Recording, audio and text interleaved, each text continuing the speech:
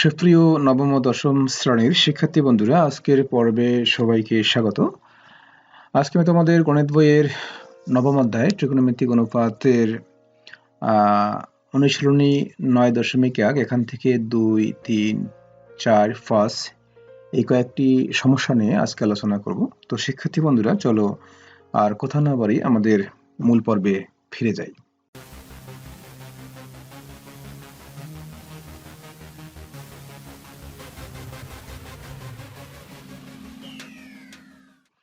দুই নম্বর সমস্যাটি হচ্ছে sin equal to 3/4 হলে এই কোণের অন্যান্য ত্রিকোণমিতিক অনুপাত নির্ণয় করো। তো দেওয়া আছে sin equal to 3/4 লিখতে হবে। তো এখন আমাদের একটি সমকোণী ত্রিভুজ আঁকতে হবে, কেননা আমরা এই অধ্যায়ে যে ত্রিকোণমিতিক অনুপাত নির্ণয় করব সেটা মূলত একটি সমকোণী ত্রিভুজের ক্ষেত্রেই প্রযোজ্য। মূলত যত এখানে অঙ্ক আছে সেগুলো যখন আমরা ত্রিকোণমিতিক অনুপাত নির্ণয় করব অবশ্যই আমাদের একটি সমকোণী ত্রিভুজ আঁকতে হবে। সেই অনুযায়ী কিন্তু আমাদের লম্ব, ভূমি, অতিভুজ এই তিনটা বাহুর যে অনুপাত, অর্থাৎ সাইনে, কোসেকে, কসে, সেকে, ট্যানে, কটে এগুলোর অনুপাত আমরা বের করতে পারবো। সেক্ষেত্রে এখানে সমকোণী ত্রিভুজের একটি কোণকে আমরা কি ধরবো, এই কোণ ধরবো। আর সেক্ষেত্রে সমকোণী ত্রিভুজটা এই কোণটাকে আমরা যদি এ ধরি, যেহেতু এখানে বলা হচ্ছে যে এই কোণের অন্যান্য ত্রিকোণমিতিক অনুপাত, তাহলে এখানে হবে এটা এ কোণ, তাহলে বাকিটা হচ্ছে এ, বি, সি। এটা সমকোণী ত্রিভুজ যার এ কোণটা হচ্ছে সূক্ষ্মকোণ এবং বি কোণটা হচ্ছে সমকোণ। এটা অবশ্যই আমাদের কি করতে হবে, ত্রিভুজটি আঁকতে হবে। আঁকলে এখন আমাদের যেহেতু এখানে sin equal to কি আছে 3/4, তো আমরা জানি যে sin equal to কি হয়, লম্ব বাই অতিভুজ। তাহলে এখানে নিঃসন্দেহে এটা হচ্ছে লম্ব, এটা হচ্ছে অতিভুজ। তাহলে আমরা এখানে অবশ্যই এখানে 3 লিখতে পারি এবং অতিভুজ হচ্ছে 4, এখানে আমরা 4 লিখতে পারি। আমি আবার বলছি যে sin equal to লম্ব বাই অতিভুজ। তাহলে sin equal to লম্ব বাই অতিভুজ, তাহলে অবশ্যই যেটা লব এটা হচ্ছে লম্ব এবং এটা হচ্ছে কি অতিভুজ। তাহলে এটা 3, লম্ব হচ্ছে BC equal to 3 এবং অতিভুজ AC equal to হচ্ছে 4। সেক্ষেত্রে আমরা লিখতে পারি যে এই কোণের বিপরীত পাশে যে বাহুটা থাকে সেটাকে আমরা লম্ব বলি এবং এটাকে আমরা বিপরীত বাহু বলতে পারি। অর্থাৎ যেহেতু যে সূক্ষ্মকোণটা ধরে আমরা অঙ্কটা করব, সেক্ষেত্রে ওই কোণটার বিপরীত পাশে যে বাহুটা থাকে সেটা মূলত লম্ব এবং সেটা হচ্ছে বিপরীত বাহু। তাহলে এই কোণের বিপরীত বাহু হচ্ছে 3 এবং অতিভুজ হচ্ছে কি 4। তো সন্নিহিত বাহু ক্ষেত্রে আমরা কিভাবে করব, সেটা সন্নিহিত বাহু কিভাবে নির্ণয় করতে হবে। তো আমরা এখানে মূলত পিথাগোরাসের সূত্রটি এখানে অ্যাপ্লাই করা হয়েছে। সেক্ষেত্রে সন্নিহিত বাহু হচ্ছে এবি। তো আমরা যদি পিথাগোরাসের সূত্র প্রয়োগ করি, সেক্ষেত্রে অতিভুজ স্কয়ার সমান লম্ব স্কয়ার প্লাস ভূমি স্কয়ার হয়। তো তাহলে ভূমি ইকুয়াল টু কি হবে, ভূমি ইকুয়াল টু অবশ্যই অতিভুজ স্কয়ার মাইনাস লম্ব স্কয়ার হবে। তাহলে অতিভুজ স্কয়ার ইকুয়াল টু লম্ব স্কয়ার মাইনাস অতিভুজ স্কয়ার ইকুয়াল টু হচ্ছে লম্ব স্কয়ার প্লাস ভূমি স্কয়ার। কিন্তু যদি আমরা ভূমির মান নির্ণয় করি, অর্থাৎ সন্নিহিত বাহুটা হচ্ছে কি ভূমি, তাহলে ভূমি স্কয়ার ইকুয়াল টু অতিভুজ স্কয়ার মাইনাস ভূমি স্কয়ার। তাহলে সন্নিহিত বাহু যদি আমরা স্কয়ারটা তুলে দিই, অর্থাৎ সন্নিহিত বাহু ইকুয়াল টু রুট ওভার অতিভুজ স্কয়ার মাইনাস লম্ব স্কয়ার হবে। তাহলে সন্নিহিত বাহু ইকুয়াল টু রুট ওভার কি এটা হচ্ছে কিন্তু অতিভুজ, যে 4 স্কয়ার মাইনাস কি বিপরীত বাহু অর্থাৎ লম্বর উপরে স্কয়ার হবে। তাহলে এটা এখন আমরা যদি ক্যালকুলেশন করি, সেক্ষেত্রে 4 এর বর্গ হচ্ছে 16 মাইনাস 3 এর বর্গ হচ্ছে 9। তো এখন যদি আমরা এটা বিয়োগ করি তা হচ্ছে কত 7, অর্থাৎ √7। তো সন্নিহিত বাহু হচ্ছে এটা √7। তো এখানে আমরা দুইটা বাহুর পরিমাণ দেওয়া ছিল, সেখান থেকে আমরা সন্নিহিত বাহু অর্থাৎ এবির মান নির্ণয় করলাম। তো এখন আমরা যে sin equal to 3/4 দেওয়া আছে সেই অনুযায়ী আমরা এই তিনটা বাহু অর্থাৎ বাকি বাহুটার মান নির্ণয় করলাম, অর্থাৎ ভূমির মান নির্ণয় করলাম। এখন আমরা কিন্তু বাকি যে 5টা অনুপাত আছে সেগুলো আমরা নির্ণয় করতে পারবো, ত্রিকোণমিতিক অনুপাত। তো সেক্ষেত্রে আমরা লিখতে পারি যে cosec A equal to কি হবে, cosec equal to 4/3 হবে। অর্থাৎ কোসেকে ইকুয়াল টু হচ্ছে কোসেক হচ্ছে সাইনের বিপরীত, সাইনের মান হচ্ছে 3/4, তাহলে কোসেকে ইকুয়াল টু কি হবে 4/3 হবে। অর্থাৎ কোসেকে ইকুয়াল টু হচ্ছে অতিভুজ বাই লম্ব, তাহলে অতিভুজ হচ্ছে 4 এবং লম্ব হচ্ছে 3। তাহলে cos ইকুয়াল টু হবে cos ইকুয়াল টু আমরা জানি ভূমি বাই অতিভুজ, ভূমি বাই অতিভুজ। তাহলে এখানে cos ইকুয়াল টু ভূমি বাই অতিভুজ, তাহলে ভূমি হচ্ছে √7 ডিভাইড বাই অতিভুজ হচ্ছে 4। তাহলে cos ইকুয়াল টু যদি √7/4 হয়, তাহলে অবশ্যই sec ইকুয়াল টু 4/√7 হবে, কারণ cos এবং sec পরস্পরের বিপরীত। তাহলে cos এর মান যদি √7/4 হয়, তাহলে sec এর মান অবশ্যই 4/√7 হবে। অর্থাৎ যেহেতু বিপরীত হওয়ার কারণে cos এর যেটা মান থাকবে sec এর মানটা তার বিপরীত হবে। এখন আমরা লিখব tan a। তো tan a ইকুয়াল টু কি হবে? আমরা জানি tan a ইকুয়াল টু কি লম্ব বাই ভূমি। তাহলে লম্ব হচ্ছে এখানে 3 এবং ভূমি হচ্ছে √7। সেক্ষেত্রে cot ইকুয়াল টু কি হবে √7/3 হবে, কেননা tan এবং cot পরস্পরের বিপরীত। সেই ক্ষেত্রে tan এর মান যেটা হবে cot এর মানটা তার বিপরীত হবে, অর্থাৎ এটার মান হচ্ছে 3/√7, এটা হবে √7/3। তো আমরা কিন্তু বাকি যে একনের ট্রিগোনোমেট্রিক অনুপাত আছে সেগুলো নির্ণয় করলাম। তো এখন আমরা পরে যে সমস্যাটি আছে সেটি নিয়ে আলোচনা করব।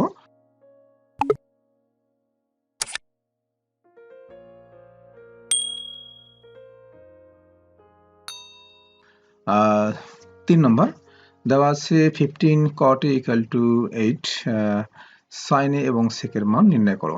একইভাবে আমরা লিখব, দেওয়া আছে 15 cot a equal to 8, তাহলে cot a equal to কি হবে? অবশ্যই cot এর সঙ্গে এখানে 15 গুণ অবস্থায় ছিল, সেটা ভাগ হয়ে যাবে, অর্থাৎ cot equal to 8/15।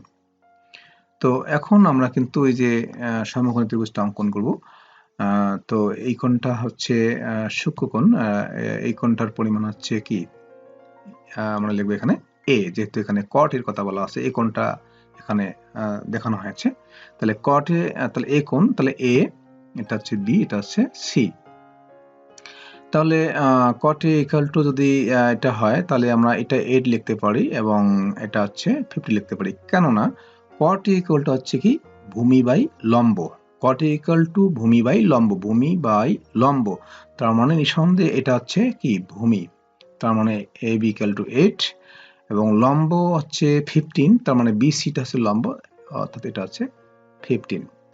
তাহলে এখন আমরা এই দুইটা মান পেয়েছি, এই আমাদের যা দেওয়া আছে এখান থেকে পেয়েছি। এখন আমাদের tan এর মান নির্ণয় করতে গেলে বা বাকি sin এবং sec এর মান নির্ণয় করতে গেলে সেক্ষেত্রে আমাদের এই অতিভুজের মানটা নির্ণয় করতে হবে। তো তাহলে আমরা দেখলাম যে এই কোণের বিপরীত বাহু যেটা, সেটার মান হচ্ছে কি 15 এবং সন্নিহিত বাহু এটা হচ্ছে সন্নিহিত বাহু, এটার মান হচ্ছে 8। তো সেক্ষেত্রে আমরা ওই যে পিথাগোরাসের সূত্রটা প্রয়োগ করতে পারি, অর্থাৎ এখানে অতিভুজ স্কয়ার সমান লম্ব স্কয়ার প্লাস ভূমি স্কয়ার।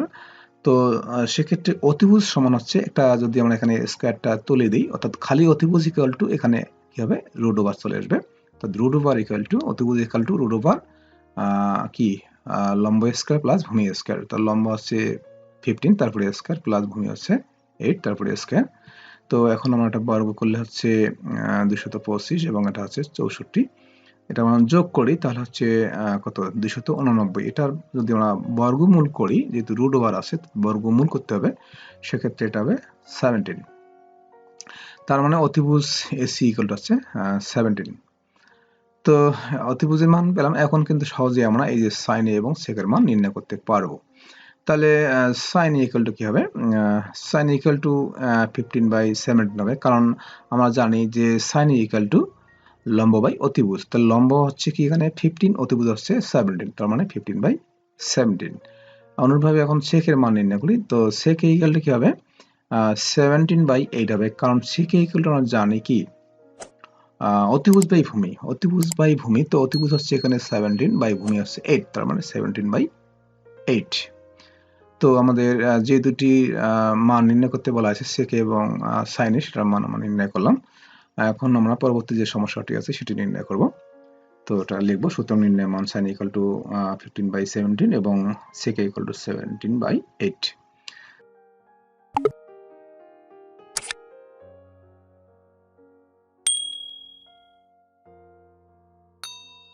তো 4 নম্বর সমস্যাটি হচ্ছে যে ABC সমকোণ ত্রিভুজের C কোণ সমকোণ AB equal to 13 cm, BC equal to 12 cm, কোণ ABC equal to থিটা হলে sin থিটা, cos থিটা এবং tan থিটার মান বের করো। তো দেওয়া আছে ABC সমকোণ ত্রিভুজের C কোণ হচ্ছে কত, সমকোণ AB equal to 13 cm, BC equal to 12 cm এবং কোণ ABC equal to থিটা। সেক্ষেত্রে আমরা ত্রিভুজটা এখানে আঁকবো এবং এখানে যেটা দেওয়া আছে সেই অনুযায়ী আমাদের রাখতে হবে। তো এটা সমকোণ ত্রিভুজ, সেটা সি কোণটা সমকোণ, তো আমরা নিঃসন্দেহে এই কোণটি হচ্ছে সমকোণ, তো এটা হচ্ছে সি কোণ ধরতে হবে এবং এটা হচ্ছে সূক্ষ্মকোণ এ বি সি, তার মানে এটা বি কোণ হবে, এ বি সি।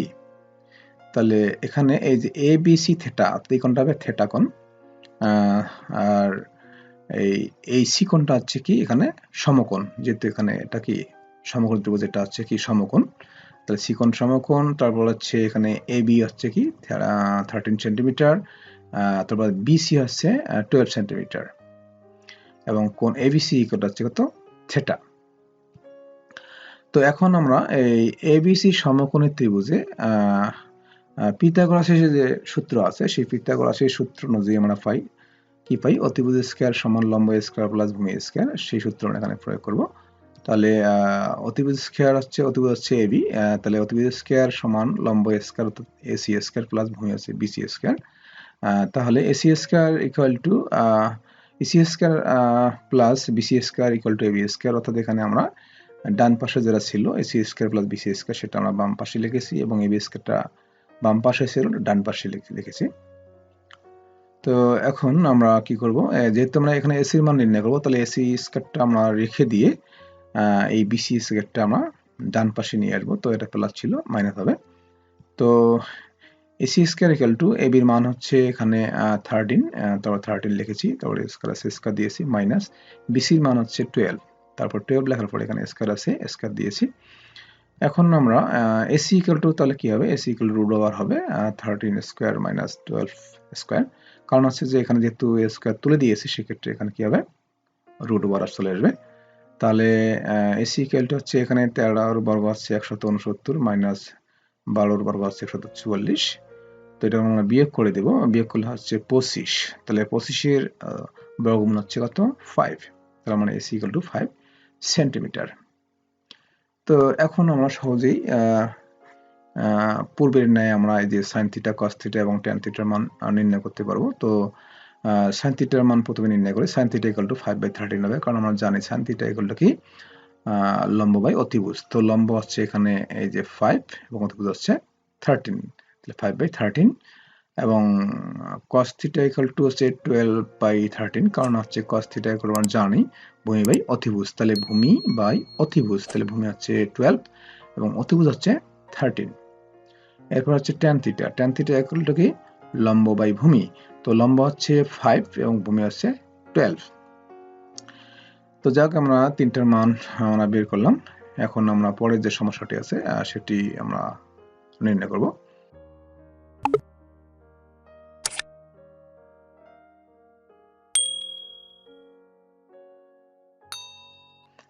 তো এবিসি সমকোণ ত্রিভুজের বি কোণটি হচ্ছে সমকোণ tan ইকুয়াল টু √3 হলে √3 sin into cos equal to 3/4 সত্যতা যাচাই করো। তো প্রথমে আমরা দেওয়া আছে যেটা লিখবো, এই যেটা দেওয়া আছে এবিসি সমকোণ ত্রিভুজ বি কোণটি সমকোণ, আবার tan ইকুয়াল টু √3। তো এখানে আমরা এখানে ত্রিভুজটা এখানে আঁকবো, আঁকার পরে আমরা এখানে এই কোণ হচ্ছে এই কোণটা এবং এখানে এই কোণটা, এটা এই কোণ হবে কারণ tan এ বলা আছে, তাহলে এটা হচ্ছে এই কোণ, তারপর হচ্ছে এটা বি, এটা হচ্ছে সি, এবিসি ত্রিভুজ, তার সেই কোণটা আছে সূক্ষ্মকোণ।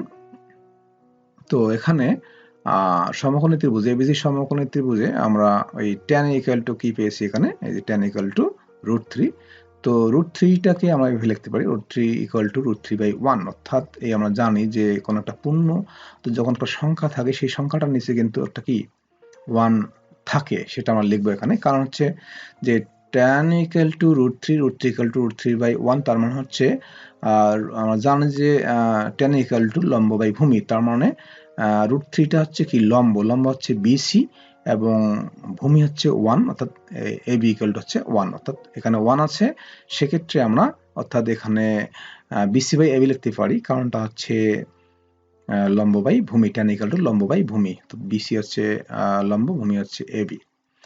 তো এখানে আমরা নিঃসন্দেহে বুঝতে পারছি যে √3টা হচ্ছে কি, যে এখানে বিসির মান হচ্ছে √3 এবং এবির মান হচ্ছে 1।